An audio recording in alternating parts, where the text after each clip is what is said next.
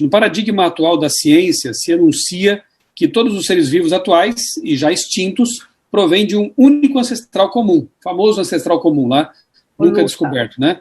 Que eles chamam de LUCA, né? O LUCA. Isso é viável do ponto de vista do código genético que você acabou de explicar? Bem, vamos ver. Vamos ver se seria viável. Como o senhor estava falando, né?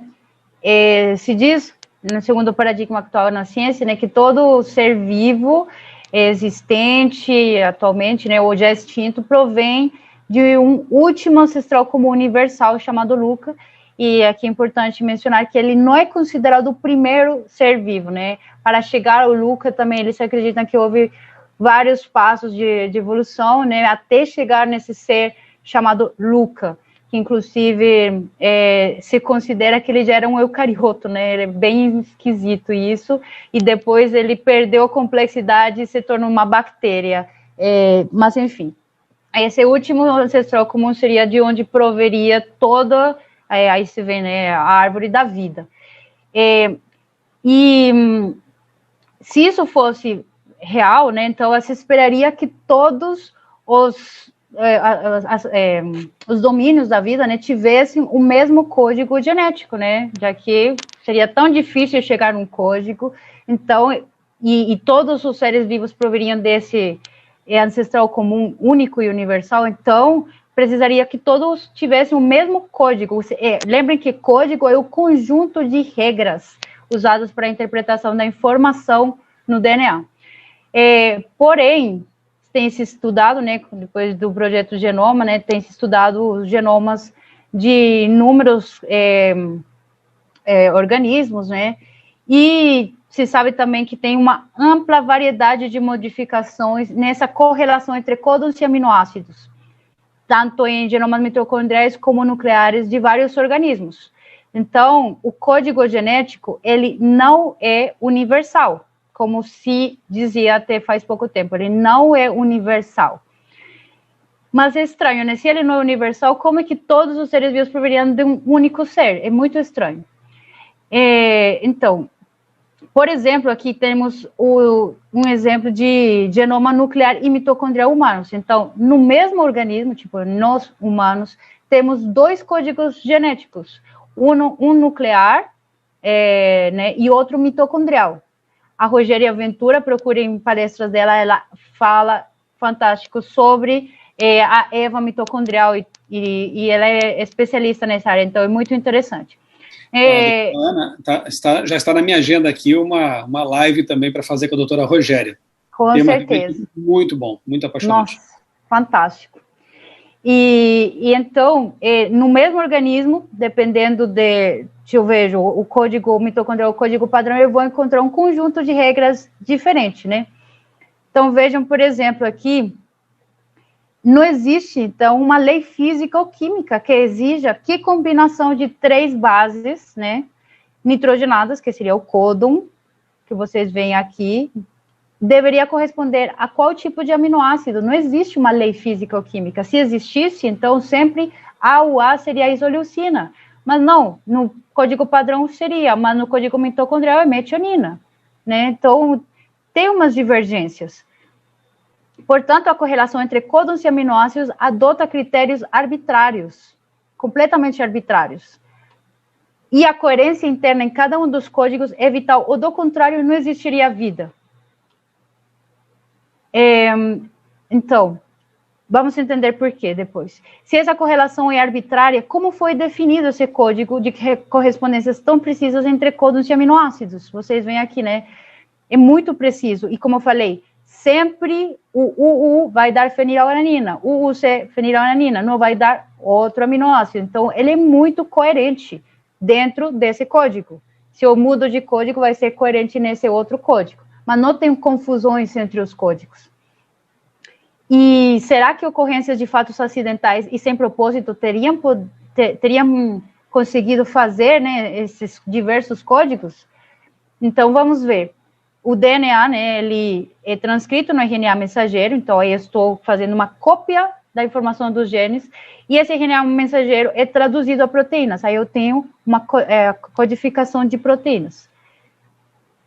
Então, por exemplo, se no meu código genético padrão eu tenho AGA, e isso é arginina, e ocorresse um erro na cópia, ao invés de AGA ocorresse um AUA, né?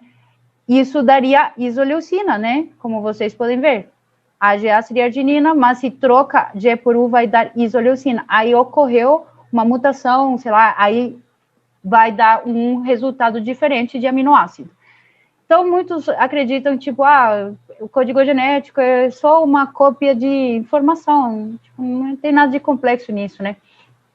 Porém, se eu não apenas mudo uma letra, senão eu mudo o conjunto de regras do código, então, o que me daria arginina com AGA no código genético padrão, eu vou obter num outro conjunto de regras, por exemplo, do código genético mitocondrial, vou ter com AGA, vou ter o fim, o stop, o que seria muito grave, porque pense, por exemplo, usando o AGA, eu vou ter no código genético padrão a adição da arginina, mas se por algum motivo o código se confundisse e usasse as regras do outro código, então não vai adicionar arginina, vai dar um stop, vai parar a proteína antes dela ter sido formada. E se acontecesse o contrário, tipo no código genético, o código mitocondrial fosse trocado pelas regras do código genético padrão, vai também ter um erro no resultado. Então, aqui, nesse caso, eu vejo apenas uma modificação na sequência. A letra G foi trocada pela letra U, mas o conjunto de regras usado vai ser o mesmo, né? Embora o resultado vai ser diferente, mas aqui o erro foi na sequência. Aqui eu vou ter um erro, uma modificação na regra, né? O que é muito grave. Para vocês entenderem melhor, vou trazer um exemplo aqui. Vocês conhecem, né, os baralhos, né? Os baralhos. E um baralho pode ser usado para diversos tipos de jogos. Então, tem um muito conhecido, o poker, e outro, o blackjack, né? Ambos usam o mesmo baralho. Porém, imaginem alguém que vai num cassino e vai apostar todas as suas riquezas para obter mais dinheiro e vão jogar blackjack, mas ele se confunde e usa as regras do poker. O que vai acontecer? Ele vai perder todo o seu dinheiro porque está usando as regras erradas para o jogo. Seria o mesmo que aconteceria no caso anterior que eu expliquei. Outro exemplo. A gente tem, por exemplo, nas línguas romances, né, línguas latinas, então a gente tem, por exemplo, português, espanhol, italiano, francês, né, eles usam o mesmo alfabeto, mas cada língua ela tem suas próprias regras para funcionar, para as pessoas se comunicarem. Então, temos muita confusão entre o espanhol e o português, porque tem palavras parecidas, né? Por exemplo, se em português eu falo escritório largo, eu vou interpretar como um lugar, né, que é amplo, ele é largo, amplo. Mas se eu falo isso mesmo, do mesmo modo, escritório largo, para um hispano-falante, ele vai entender como uma escrivaninha comprida, porque largo, o que é largo em português é comprido no espanhol. E o que é escritório como lugar em português, em espanhol vai ser uma escrivaninha. Entenderam? Então, são as mesmas letras, mas as regras usadas para a interpretação são diferentes. Então, voltando novamente no nosso exemplo aqui, da troca de conjuntos de regras para o código genético padrão com o código mitocondrial, neste caso aqui da esquerda, vai dar uma modificação na sequência de nucleotídeos, ou que vai dar uma alteração na informação do gene, mas as regras continuam as mesmas. Aqui eu tenho uma modificação nas regras do código genético, ou que dá uma alteração no significado da regra. E os processos de cópia e tradução podem ser entendidos como mecanismos que foram programados para realizar essa função. Mas como eles foram programados? A gente sabe que a natureza não pode tê-lo feito, porque a gente viu, né, que com os diferentes códigos, essas regras são arbitrárias. Não tem uma lei física ou química que diga tal códon corresponde com tal aminoácido. Então, a natureza, ela só é capaz de copiar e traduzir uma informação, mas não dá significado a essa informação, ela só segue as leis, mas ela não tem essa capacidade de criação, né, de significado, de regras. Então, ela não segue regras arbitrárias e ela não pode dirigir caprichosamente, né, a formação genética hábil a gerar utilidade. Então, aqui temos, né, que nesse código genético tem uma transferência de informação de um códon para um aminoácido, ou seja, esse aminoácido é o significado orgânico desse códon. Sequências, né, se formam a partir de ligações químicas. Os naturalistas falam, mas tem ligações químicas, deve ter alguma interação química que favorece, né, que tal códon produza tal aminoácido. E se diz que, né, elas obedecem às leis da termodinâmica. Com certeza tem que obedecer às leis. Aqui a gente não está tentando violar as leis, né, nem negá-las. Elas existem e são as que permitem essas ligações entre os nucleotídeos, com a ribose, com o fosfato, com aminoácido com aminoácido, né? Então, elas obedecem às leis da termodinâmica e da química. Porém, a ordem da sequência não é determinada por essas leis. É o mesmo que se eu espirrasse, né, uma tinta num papel e esperasse que surgisse a manchete de um jornal, né, como a da Folha de São Paulo. Isso não faz sentido. Então, não pode surgir como resultado de uma atração química entre tinta e papel. A atração existe entre a tinta e o papel, mas essa atração nunca vai gerar um significado, né? É a mesma coisa que eu dizer que porque eu tenho carbonato de cálcio no ambiente, vai me permitir a formação de diversas conchas, né, de tão variadas formas. Essas formas têm informação por trás, né? Então, ter disponível o carbonato de cálcio, mesmo por bilhões de anos, nunca vai formar uma concha. Como se eu tivesse um monte de tijolos e deixasse eles bilhões de anos, nunca vai formar um prédio. Nem tecidos vão formar as roupas para um desfile de modas, né? Então, por que os naturalistas acreditam que mesmo que tivesse, que a gente já viu que elas nem conseguiriam ser estáveis por muito tempo, mesmo que tivesse, e sequer se formassem, porque essa também é outra impossibilidade, muitas dessas moléculas, mesmo que elas estivessem presentes, como é que alguém vai pensar que isso vai gerar algum dia uma molécula tão complexa como o DNA, que a parte de complexa, quimicamente falando, ela carrega informação arbitrária e com significado, que obedece a um conjunto de regras tão específico dependendo do código que eu esteja falando. Então, as leis físicas e químicas não agem sobre os materiais, criando informação. Então, essa informação, essa sequência que está determinada por ligações químicas, não é determinada por essas leis, essa ordem, né? Então, a sequência é determinada por um processo que é governado externamente e o único processo que poderia fazer isso é uma mente, através de uma mente. Então, no paradigma atual, embora não está muito difundido, se diz que a vida, desde o ponto de vista científico, obviamente nós estamos vendo aqui ponto de vista teológico, filosófico, a vida seria química, mais informação, mais códigos, não apenas química nem informação, também códigos. E esse é conhecido como paradigma do código. São pesquisas bem recentes, né, de Barbieri, que é um dos especialistas na área da informação biológica no mundo. Então, novamente, informação biológica, sequências. Codificação biológica, significado, conjunto de regras. Ambos são necessários para a vida e ausentes no mundo inorgânico. Então, aí vem os naturalistas e falam, mas a gente também encontra informação, né, e ordem. Tem, por exemplo, cristais de sal de cozinha, que é NaCl. Aí vocês veem, né, tem sódio, cloreto, e por que não poderia também, assim como se formam os cristais, formar uma molécula de DNA? Então, vamos analisar a estrutura do cristal, né? Ela é caracterizada por sequências altamente ordenadas e repetidas nos seus constituintes, né? Já o DNA humano tem 3 bilhões de pares de bases, 2 metros de comprimento, cada célula de vocês tem uma molécula de DNA com 2 metros de comprimento, numa sequência arbitrária e com significado. Será que é o mesmo, né, comparar o DNA com um cristal de sal?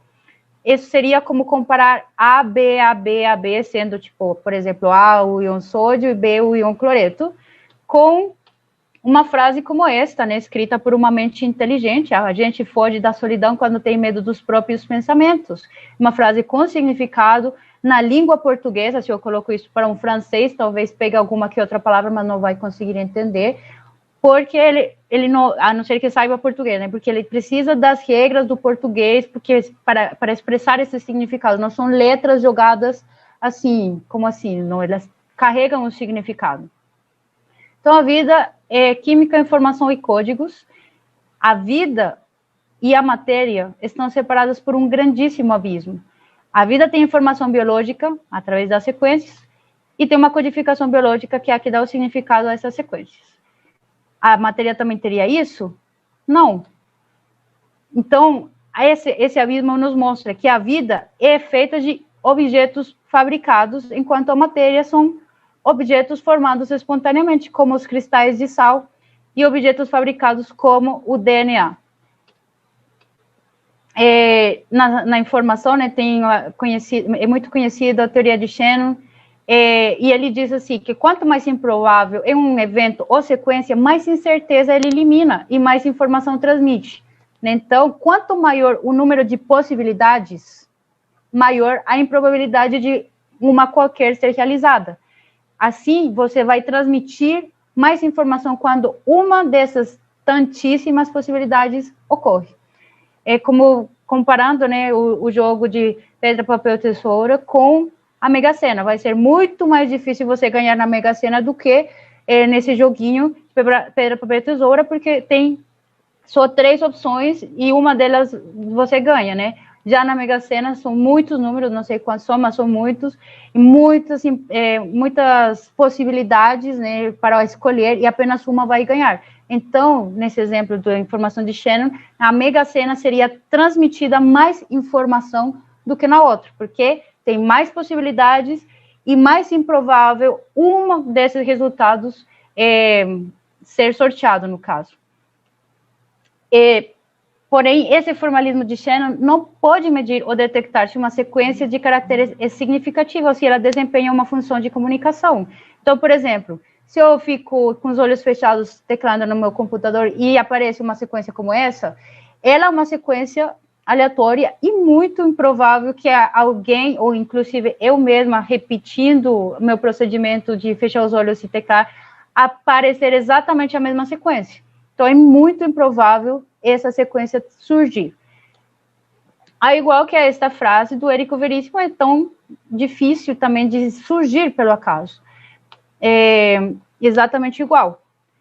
Aí a gente vê que em ambas se cumpriria a informação de Shannon, né? Que é uma possibilidade, uma opção dentre muitas possibilidades surgir.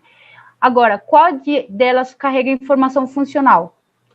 Esta, evidentemente, não, e esta, sim. Então, essa informação funcional é a conhecida como informação especificada também, e é a que a gente encontra no nosso DNA. E, para terminar, né, essa parte, eu queria chamar a atenção desse artigo do ano passado também, porque a gente sempre ouve falar do ajuste fino do universo, e até os mesmos físicos que são ateus, eles concordam, né, que tem um ajuste fino das constantes, que se mudasse um dividido entre, vezes menos 60, numa das variáveis, por exemplo, da gravidade, da lei da gravidade, da constante da gravidade, já mudaria, as outras variáveis já não estariam correlacionadas, né, não poderia formar a vida, né, só mudando às vezes menos 60, uma das constantes já faria com que a vida não existisse. Então, isso se chama de ajuste fino, algo finamente ajustado no universo para a vida existir.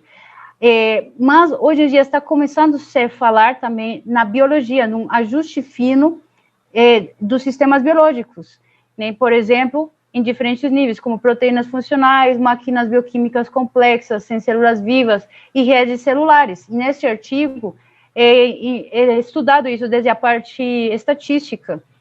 E esse ajuste fino molecular pode ser usado em biologia e desafia o pensamento darwiniano convencional. Então, já para finalizar, né, a gente vê como desde o RNA, DNA, proteínas, todos os componentes da célula, desde o ponto de vista químico, físico e também da informação, precisa mesmo de ter uma mente por trás, orquestrando, né, para a vida ter surgido e ter surgido pronta, porque se mesmo que esse designer tivesse criado pronto um RNA e tivesse deixado aí solto, ele teria se degradado, então precisava de estar dentro de uma célula com todos os outros componentes, com o código genético também já com suas regras bem estabelecidas, para assim a vida ser criada e sustentada, né, ao longo do tempo.